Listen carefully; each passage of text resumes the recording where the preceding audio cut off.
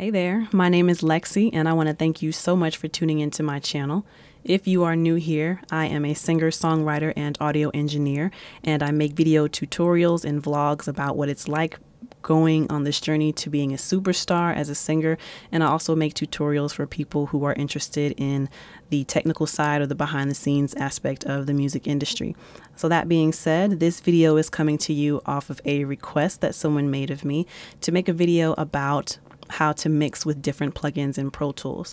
Now that would actually be a very long video because there are so many different plugins that we could talk about, and the mixing process itself takes a minimum of maybe 4 hours. So I decided to just break it down into the most important plugins that are used for mixing. So that's typically I know it may not sound believable, but typically you only need EQ, which is equalization. That's the short form for it, EQ. And then there's compression and really reverb and delay, and then maybe auto tune. That's really all you need. If you learn how to tweak those things to the best of your abilities, then you can make a really great song that sounds radio quality. And of course, there are some other things that can polish it off. It helps to have a good artist too, but those are the main things that you're only going to need. So let's go ahead and get started with this video. I'm going to be using an example of a song that I did.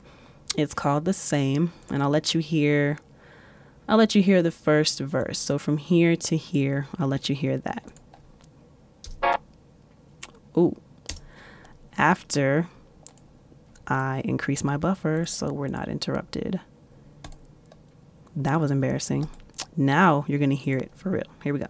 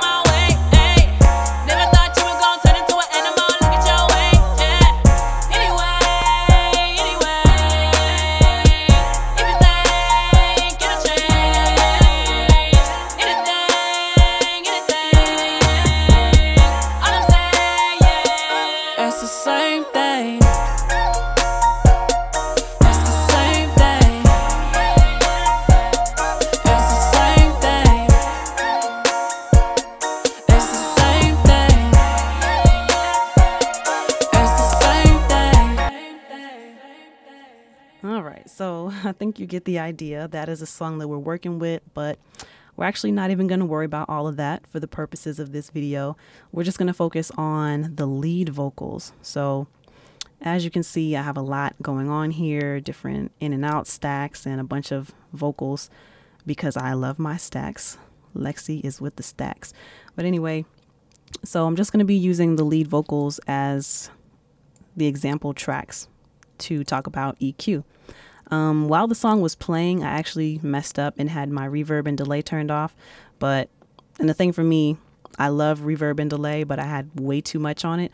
So you could probably hear as I was adjusting the levels of my reverb and delay that it started to sound a bit more clear as I got rid of some of the reverb and the delay. So that's something you can keep in mind. This video is not about reverb and delay, but sometimes that's something that can help your track to be more clear, your vocals to be more clear. So focusing on just these lead vocals, let's enlarge this, soloed, and just zoom in some. So it's really hard to give you like exact step-by-step rules on how to mix a track because I don't know what it is that you're mixing and I don't know how you want it to sound. The thing that's difficult about mixing is it really just takes practice. That's an answer that has irritated me since the beginning of my schooling when it comes to Pro Tools and mixing, but it really does take practice, and it's going to take developing your ear to make it sound what you hear in your head, if that makes sense. So I'm just going to show you a few different things. There's actually a bunch of different plugins you could use for equalization or EQ. How you would apply that to your track if you're kind of new to Pro Tools. We have our inserts here. We're going to insert a plugin by clicking on this. Plugin EQ is at the top because it's very common. There are so many different EQs to choose from. The one that comes with Pro Tools is the EQ3. And obviously a few others, but this is the one that comes with Pro Tools. That's before you have to buy any plugin packages or bundles. There's this one. What's another one? Another one I like to use, Q8. Not really. I don't think I like this one. Okay, yeah, sometimes I like that one, but not really. Let me bring this up so you can see all of them together. Oh my gosh. Okay. What's another one? REQ. And you can see a trend with, well, that's not the right one. Gosh darn it. REQ. I can't read. REQ. They're right next to each other. So yeah, and you'll see the trend with the EQs that I like to use. They all pretty much look the same with this line that goes across them. That's showing you the different ranges of hertz that you can play with. So in general, and I'm trying to be as eloquent as possible and teach you everything that I've learned in school. In general, we hear from 20 to 20,000 hertz, the human ear, from 20 hertz to 20,000 hertz. The deeper pitch is going to be around like 20 to maybe 2 to 300. And then it's another separation. That's actually 200 right there. From 200 to 1K, and then there's 1K to 3K, 3 or 4K, and then everything above like 9,000 is probably going to be high-pitched, breathy airiness. And I'm going to get better with these explanations as we get into the video. So let's talk about first making your vocals sound deep or muddy. And this is a really good example, the song that I'm using, because I actually have a lot of bleed through of the bass from the sub. I forgot to turn off the subwoofer while I was recording, so you're going to hear it. First off, let me start by telling you that's it, yeah. Let me turn off I'm this. not worried, I'm not stressing, missing shit, yeah. Just like you telling me you found another. So you hear that little kick in the back, like boom, boom, boom, boom, boom. And I'm going to let you hear it some more by tweaking the EQ some. First off, let me start by telling you that's it, yeah. I'm not worried, I'm not stressing, missing shit, yeah. Just like you telling me you. Right, so you can hear that, right? So that would be considered in the deep muddy zone. That is below like 200, below 300 hertz, something like that. And you see as I was lifting this up, because I'm increasing the gain on it, or the level that you can hear it, that made it more prevalent. If I brought it down some, then I can take out some of that bass drum or that kick drum. First off, let me start by telling you that's it. So you hear it? I'm not worried. I'm gonna cut it out now. I'm not stressing, missing shit. Yeah. Just like you telling me you found another bitch. So when I accentuate that bass drum by raising the gain in that 100 to 20 hertz range, you could hear the kick a lot clearer. But when I took some gain out, then it got rid of that kick drum. But I don't know if you noticed or not, it also took a lot of life out of my own voice. So let's listen again. First off, let me start by telling you that's it, yeah. I'm not worried, I'm not stressing, missing shit, yeah. So you hear how it kind of like really thinned out my voice and made me sound not realistic at all, in my opinion. So that's something that you want to be careful of when you're mixing. If you're trying to get rid of certain sounds, you can do that, but you also have to keep in mind that, especially if you have two sounds on one track, the way that the bass is in my vocal track, if I'm cutting something out because I want to get rid of that kick drum, I have to be mindful that I'm also taking away the low end that's in my voice. Now, it's not always a bad thing to have that muddiness, the deep hertz included, but you just want to be mindful that you want to keep some of the life in your voice by not taking out the characteristic sounds of it, the timbre of it. Timbre is like the unique sound of anything, unique sound of something. So the timbre of my voice is affected when I take out too much of that low end. First off, let me start by telling you that's it. Yeah. Sounds really thin. I'm not worried, I'm not stressing, missing shit. Yeah. That's Just muddy. like you telling me you found another bitch. That's your business. I'm not in it. All right. So be mindful of that. To take out this kick drum, and I'm sorry I'm moving kind of slow. It's been a long day. But to take out this kick drum, I'm going to affect what's called the low frequency. Low frequency. Low frequency, low mid, mid frequency, mid frequency, high frequency. That's what those mean. And again, this is taking me back to my school days. So bear with me on these explanations. But anyway, so the kick drum typically lives somewhere 100 hertz and below. So to take that out, I like to put on a nice little shelf. That's what this N means. Let me see. Oh, wait, not that one. High pass filter. Aha. It's a filter. I'm going to enable it by pushing this N button. And you can see that right here, it's creating a shelf. A high pass filter means that high frequencies pass over it. Now, on the opposite spectrum, there's low pass frequency. Low frequencies pass over it. That makes sense. There you go. So low frequencies can live with the low pass filter. High frequencies live with the high pass filter. Try to remember that any way you can. I'm going to cut out this kick drum by giving a really steep shelf, and I can affect which frequencies that shelf controls by messing with this dial here. Okay, my computer's being weird. But anyway, yeah, so I can affect how steep or how not steep this incline of a shelf is. I like it really steep. So now we're just going to play with that and see how far I can go without messing with the sound of my voice to get out that kick drum. First off, let me start by telling you that's it. Yeah. I'm not worried, I'm not stressing, missing shit. Yeah. Just like you telling me you found another bitch. That's your business, I'm not in it. You must want me catching feelings, yeah.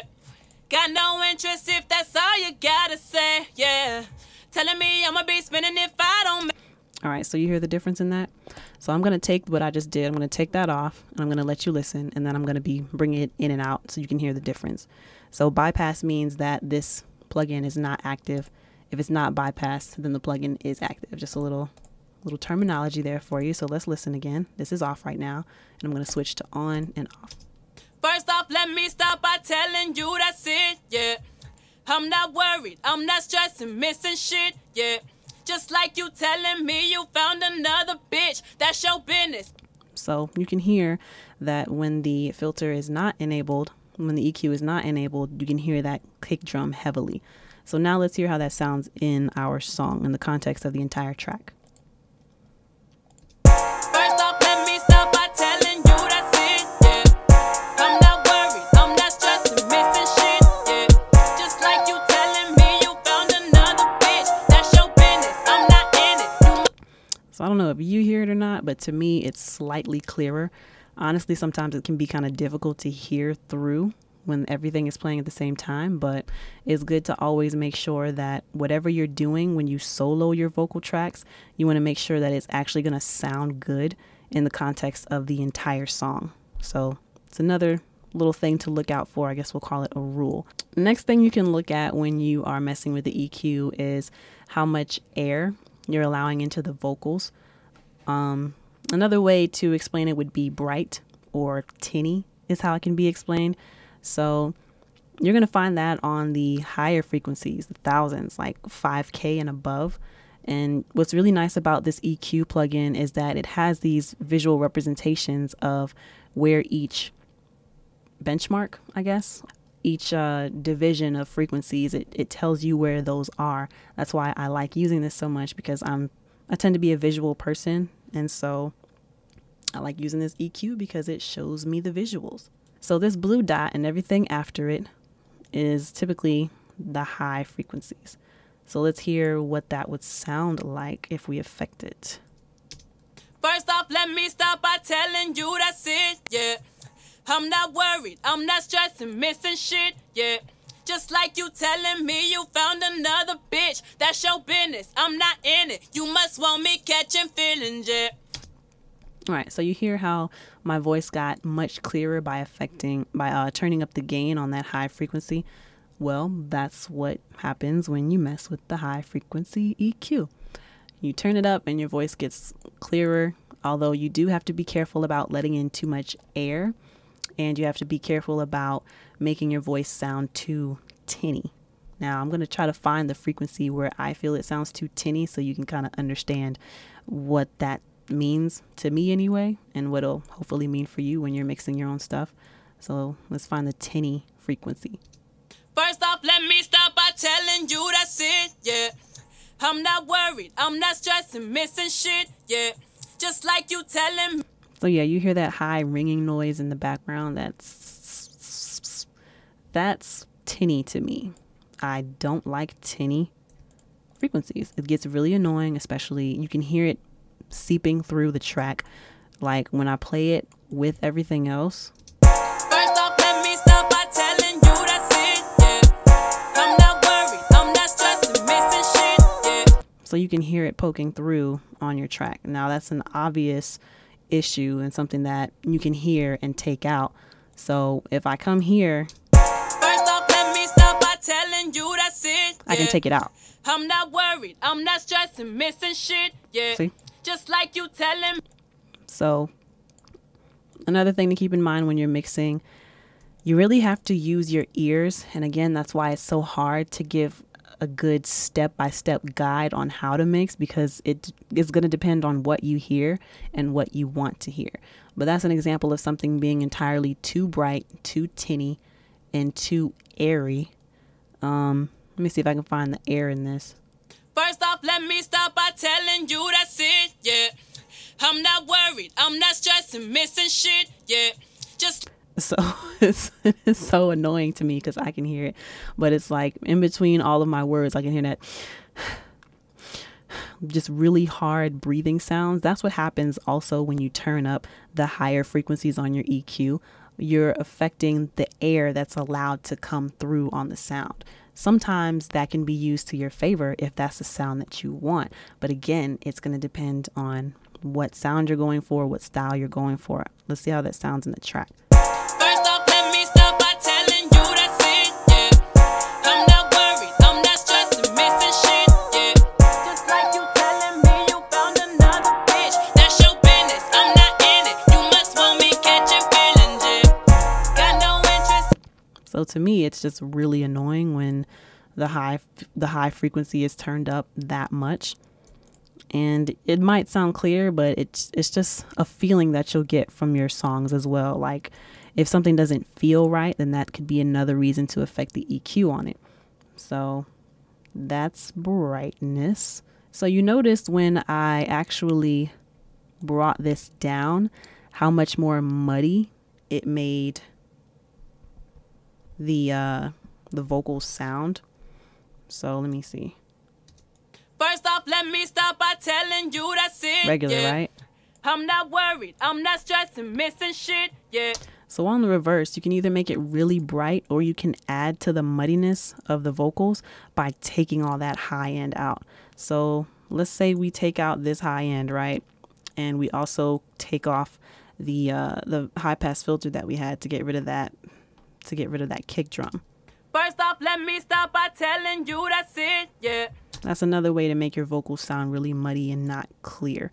Again, if that's the sound you're going for, that's cool. But typically, people like to hear the vocals nice and clearly so you can understand what the artist is saying.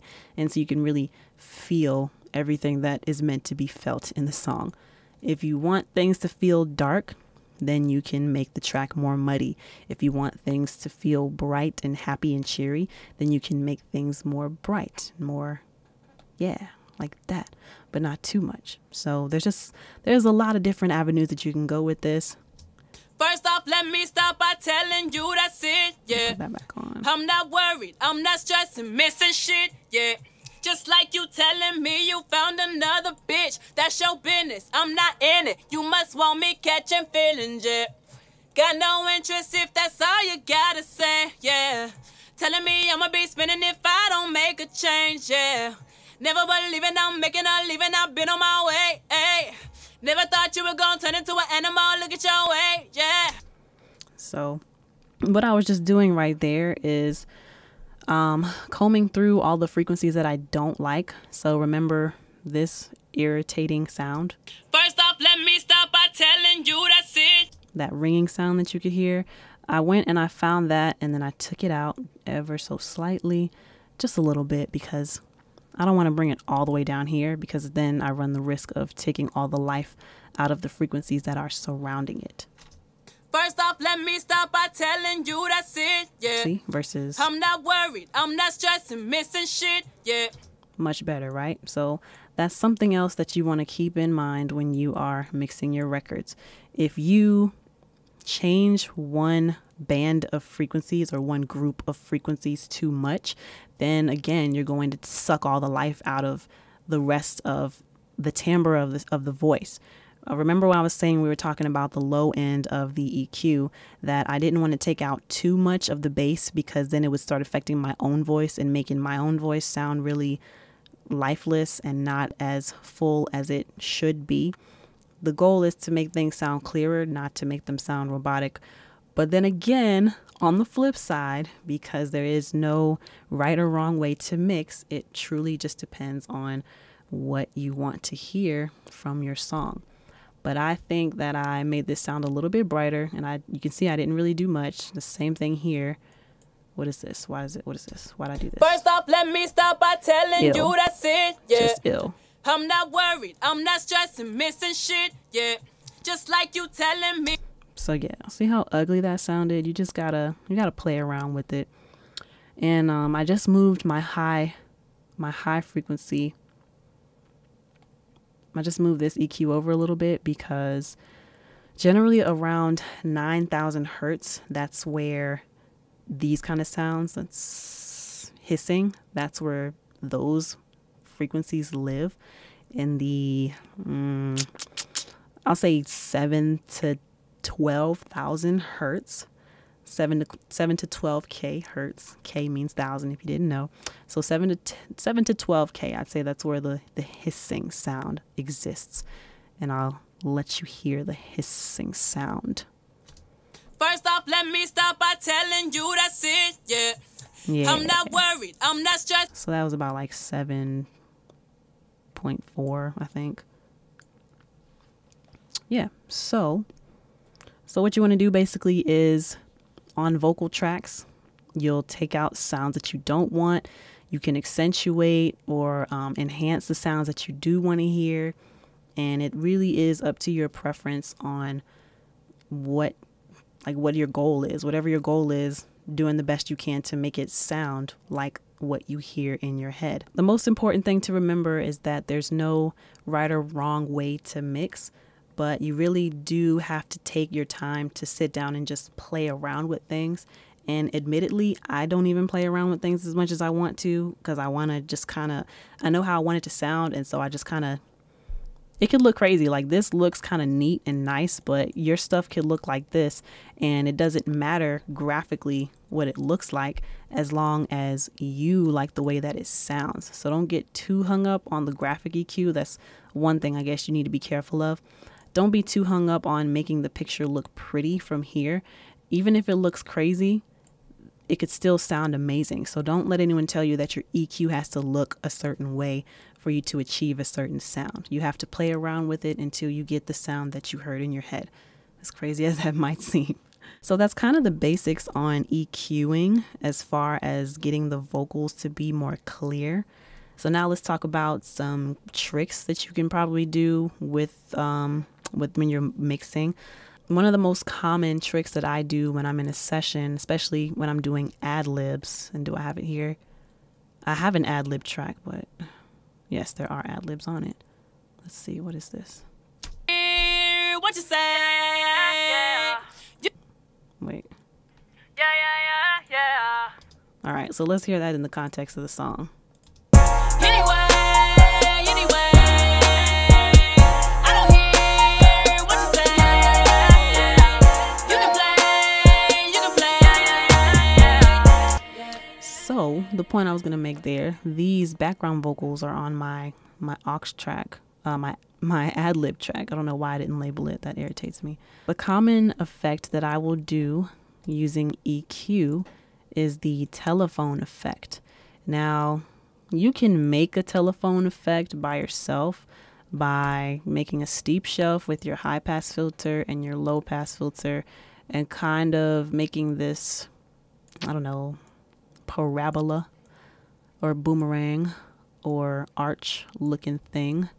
And this will give you a telephone effect. So let's listen to those leads again.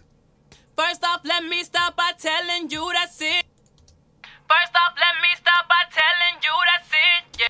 So you can find the telephone effect by yourself, or you can go to the presets, which has it already out here for you. So you go to presets, special effects. I like telephone 2. I don't know the difference between, oh wait, is this the one I like? Oh, you know what? Because I have my stuff on it and that's not how it's supposed to be. That doesn't look right at all. Oh my gosh. Okay. There we go.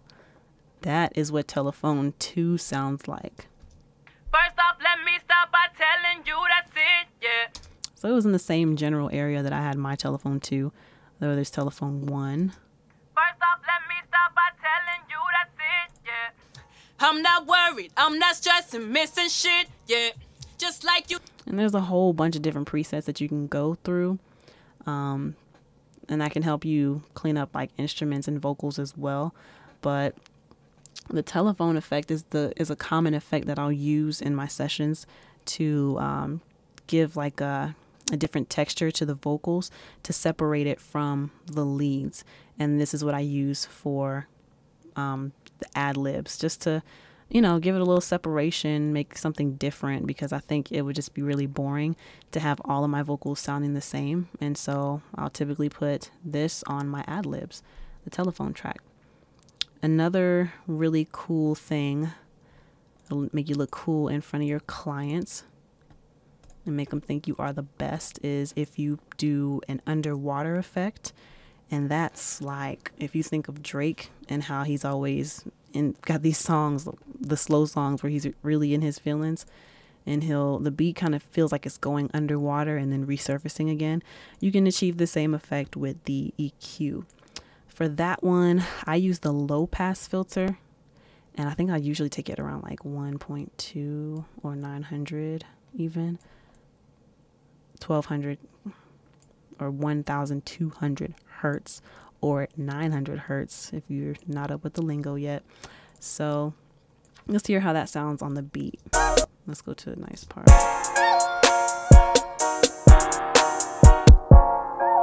Hear that? And you can play with that. We're back on the surface.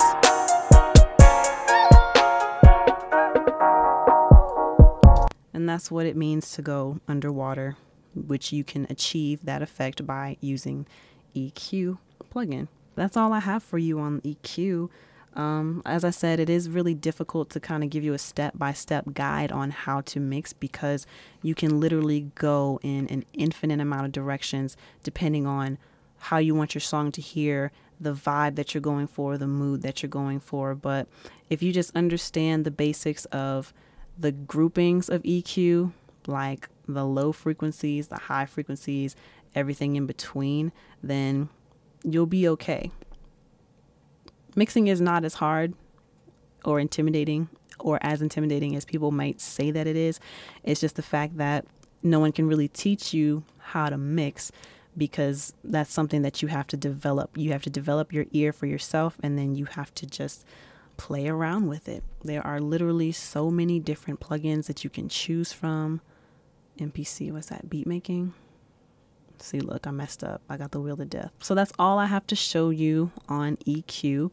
I hope that I helped you get a better understanding of at least the basics of how to manipulate the frequencies on a vocal track to make the vocals sound more clear, to take out certain sounds. And again, as I was saying earlier in the video, it's really hard to give you a step-by-step guide on how to mix, because It literally depends on what direction you want to go, the mood that you want the song to be in, and the vibe that you want to portray from, from the song, from the vocals. So, but as long as you understand these basic ideas of the muddy range and the bright range and then everything in between, and as long as you understand that you can tweak these things to make it sound how you want it to sound, and you just got to play around with it, then I think you'll be okay.